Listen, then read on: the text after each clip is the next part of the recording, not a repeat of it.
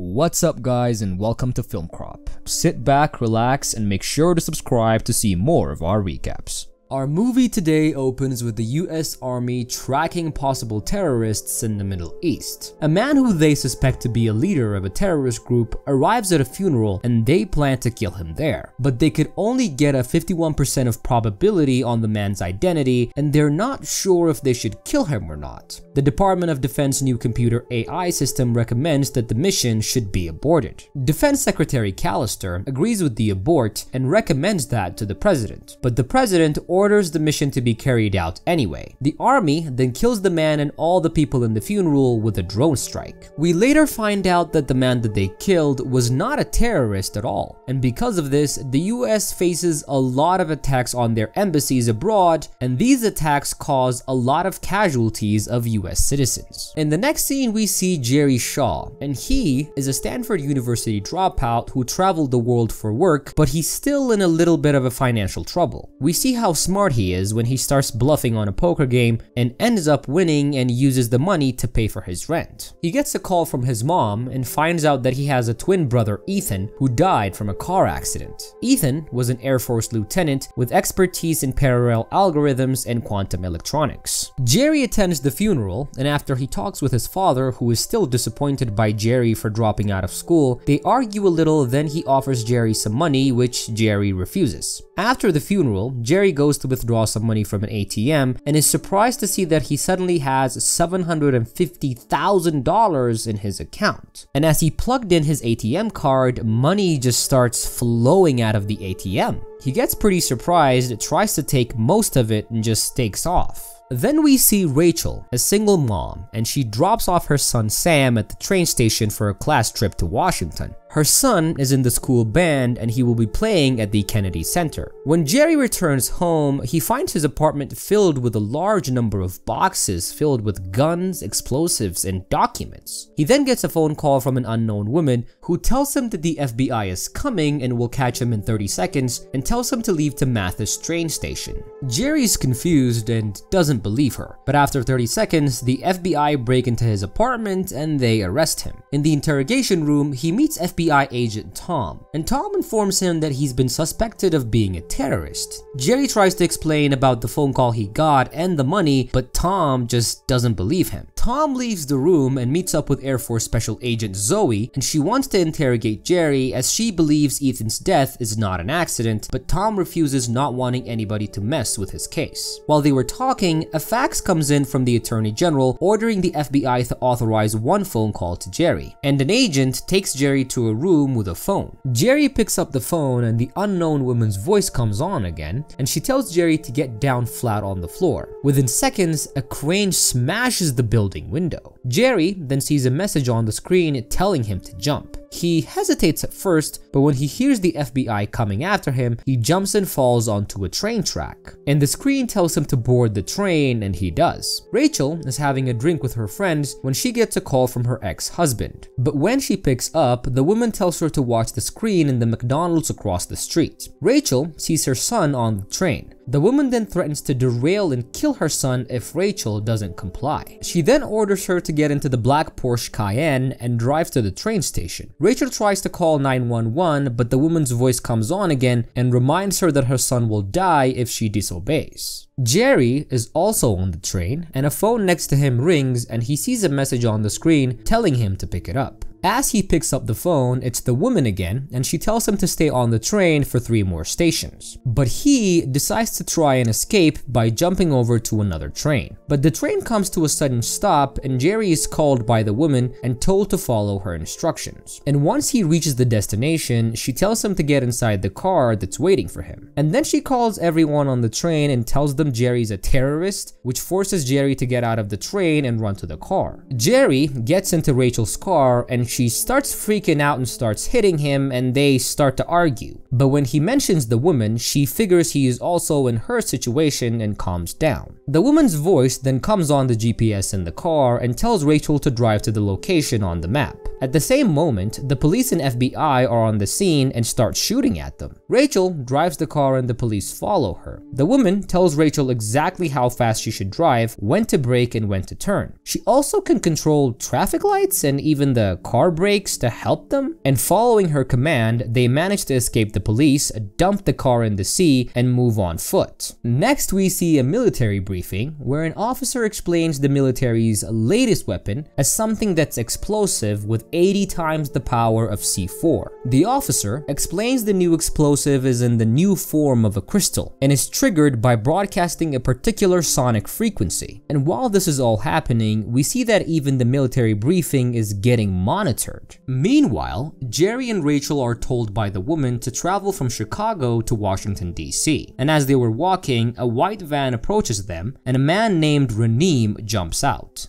He gives them a piece of paper and throws the van keys onto Jerry. The man then says that he is done and he starts walking away. The woman calls Jerry and tells them to stop Raneem from running away or he will die. But they were unable to stop him, which led to the power lines above them breaking and electrocuting Raneem and killing him. She then tells them to take the van and to go to the next location. After a little while, Tom arrives at the scene and he orders his men to identify the fried man. Agent Perez is in Ethan's apartment where she finds a hidden computer made by the Department of Defense, which is running a program called Eagle Eye. It's encrypted, and when she tries to guess the password, the program destroys itself. When she leaves the apartment, she is met by Secretary Callister, and he takes her to a secure facility where the government have been working on ARAI, a computer system or AI that sees and tracks everything. ARIA is used by the government to analyze and detect terrorist attacks. Callister explains Ethan used to work here and was ARIA's primary controller. As they reach their next destination, Jerry and Rachel get to their next order, and the woman tells them to steal a briefcase from the armed guards before they can get back to their truck. Against all odds, Jerry and Rachel steal shotguns from the trunk and ambush the guards when they return. They take the briefcase and flee immediately. The guards run after them, but a Japanese tour bus stops and lets them in. The woman calls Jerry and tells him to change clothes and go to the next location, but Jerry refuses. She then tells him to come to the second floor if he wants to meet her. When Jerry and Rachel enter the room, ARIA introduces herself to them, and they figure out that ARIA is a computer. And this computer tells Jerry Ethan was working with her before he was killed, and as proof, she shows him a childhood video of Ethan and Jerry uploaded to the computer. ARIA explains she is made to protect the American people, and Jerry agrees to help. Tom arrives at the scene where the briefcase was stolen. He then checks the security cameras in the streets and he sees Jerry and Rachel boarding the Japanese tour bus. When he learns the bus is headed for the airport, he immediately drives to the airport. The bus drops them at the airport and a man walks up and hands Jerry an envelope containing credit cards and passports. And he also gives them their next instructions. Tom has also reached the airport and looks for Jerry and Rachel. As Jerry goes through security, he's told to place the briefcase on the scanner, but ARIA changes the view so the picture won't reveal what's inside. And tensions intensify as Jerry is nervously waiting to get on his plane and Tom is looking for him. They lock eyes and Jerry and Rachel run away. Tom chases them, they jump into the luggage area, and Tom tries to shoot at them, but the computer program ARIA, which I will now refer to as the AI, diverts Tom's direction and helps Jerry and Rachel escape.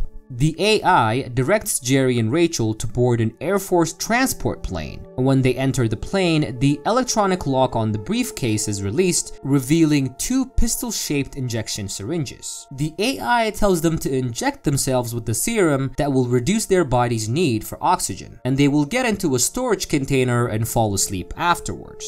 And at the Pentagon, where the AI is made, Perez and Major Bowman find a memory card hidden by Ethan the night he died. They find the card and watch it on their phone, and in the video, it's revealed that the AI has gone rogue somehow, and Ethan tried to stop her. Perez immediately calls Tom and tells him that Ethan worked on a project called Eagle Eye for the Secretary of Defense, and was trying to stop the project the night he died. The AI watches the call and ends it before Perez can tell him any more information. Perez and Bowman then go to Secretary Callister and they take him to a sealed room to discuss what they've learned. The sealed room is to prevent the AI from hearing their conversations. And inside this room, Callister reveals to them that the drone attack they used did did not kill any terrorists, but rather it killed innocent people. He also tells them that the AI had tried to stop them at the time, but the president didn't really listen. And Perez and Bowman leave to shut down the AI, but the AI figures out what they were gonna do and attacks them by blowing up pipes around them. But Perez and Bowman manage to escape through the tunnels. And the AI also locks Callister in the sealed room and tells him that he won't be harmed. Meanwhile, Jerry and Rachel have also arrived at the Pentagon, and the AI leads them to the room where she is kept. And she tells Jerry to stand in front of a scanner, then she proceeds to do a biometric scan of his body. And she also makes Jerry read a security code. And the AI was doing all this so it can be released from a restriction and access something called Operation Guillotine. And Operation Guillotine is a top secret terrorist training program. It's a scenario that allows the government to continue to run after the entire chain of command has been killed. The computer hopes to kill off everyone who could possibly take the seat of the president, leaving the president's title to Defense Secretary Callister, who did not want to throw that missile because they were not sure of the man whom they thought was a terrorist. And the AI wants to do this because it's decided the executive branch of the US government is a threat to the American people and public good, and they must all be eliminated. And it's also revealed that to do all of this, the AI needs Jerry's biometrics because it's the same with his brother who was his twin. Jerry realizes that he's been used by the AI and regrets what he's done. The AI then instructs Rachel to kill Jerry to prevent him from re-establishing the lock on the program. Rachel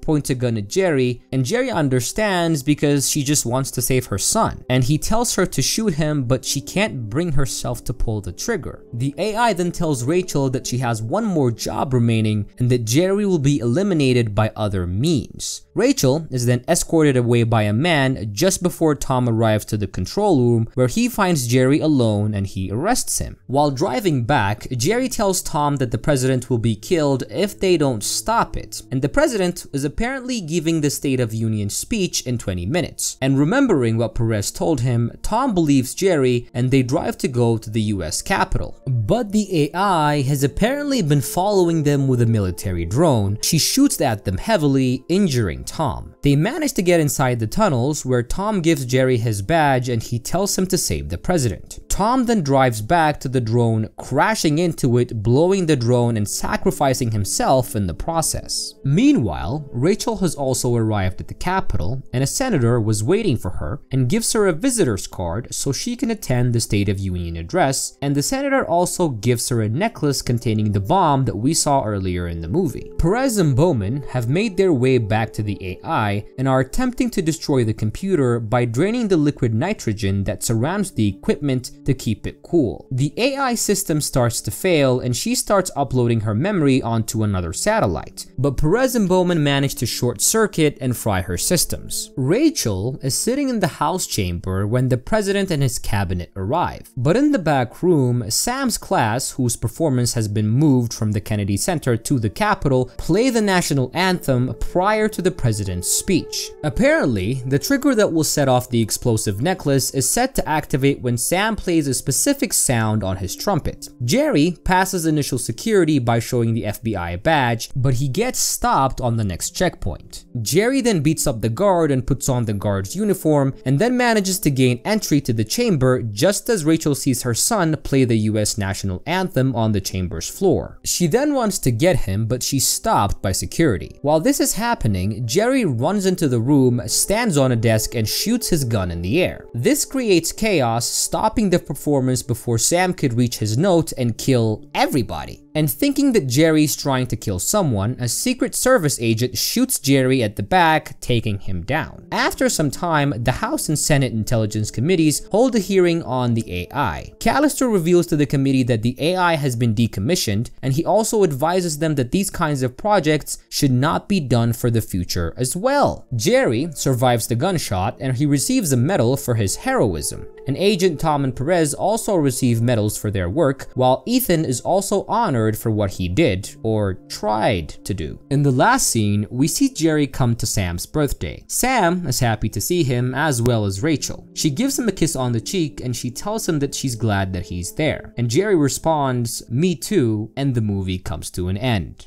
I hope you guys enjoyed our recaps. Make sure to leave a like, leave a comment, and most of all, subscribe to our channel. And I'll see you guys on the next recap. Love you all. Bye.